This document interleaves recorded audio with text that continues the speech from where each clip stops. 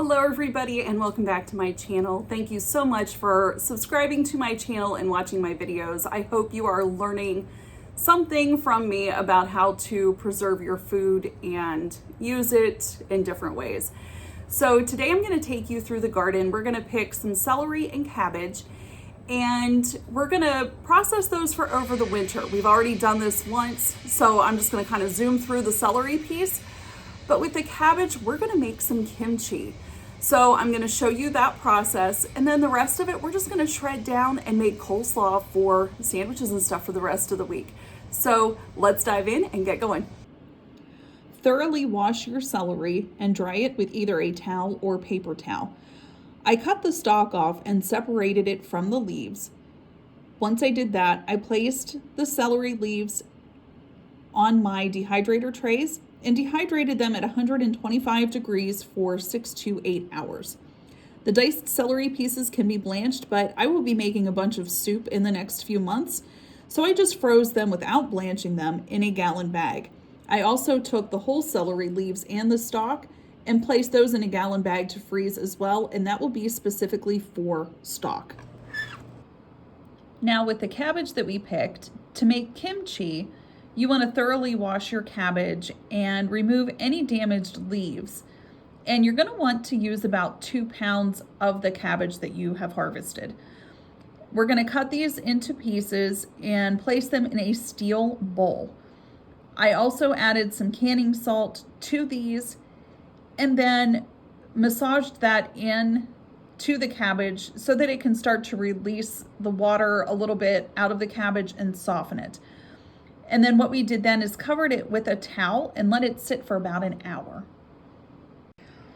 With the remaining cabbage, I grated that into a metal bowl so that way we could have coleslaw for the rest of the week.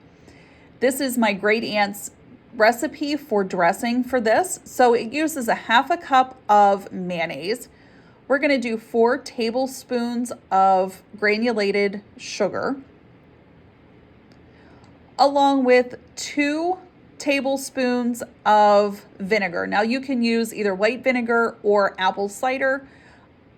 Doesn't matter. Both are just as good. And then we're going to add 1 teaspoon of celery seed and a 1/4 teaspoon of salt. You want to mix this up really well to make sure that those seeds get incorporated. And of course, taste it. Dump it onto your cabbage. And then you're going to want to mix that in really, really well. And then once it's all mixed up, just put some saran wrap foil or a lid on it and then refrigerate. Rinse your cabbage off for your kimchi really well and return it to a cleaned out bowl. And at this time, you're going to want to add 3 carrots that are peeled and grated, and then a bunch of onions, whatever you have left, into small pieces. Now to make a paste, we're going to be adding 1 2-inch piece of ginger that is peeled and 5 cloves of garlic that are minced. To this, we're going to be adding 1 tablespoon of granulated sugar and then either 1 apple that is peeled and sliced or a pear. It's your choice, whatever you have on hand. Mix that in a blender and it will turn into a paste. This is going to be our sauce for the kimchi. Now, I am using fish sauce, which can be found in the Asian section of your supermarket. And for this, we're going to need 3 tablespoons. So add that right into the blender, along with what is called Korean chili paste. And you're going to want 2/3 of a cup of this. And that's really what makes your kimchi stand out, is that chili paste. And I got that on Amazon. So what you're gonna do is whip that up in the blender as well, just to incorporate everything. And you can see how nice and thick and pasty it is. So what we're gonna do is add that. And once we get our bowl cleaned out of our sauce there, we're going to mix with our spatula and make sure every piece is coated. Using tongs, I then used them to put the kimchi into the jar, and I did use a funnel for this to save on mess, and I'm using wide mouth jars. So pack those in and then get yourself a wooden tamper and press down on the kimchi to remove any air bubbles. And you're going to do this over and over again until you're about, I would say, a quarter of the way to the top. And whenever you press down, you want to be able to see those juices forming. And I will show you why here in a second.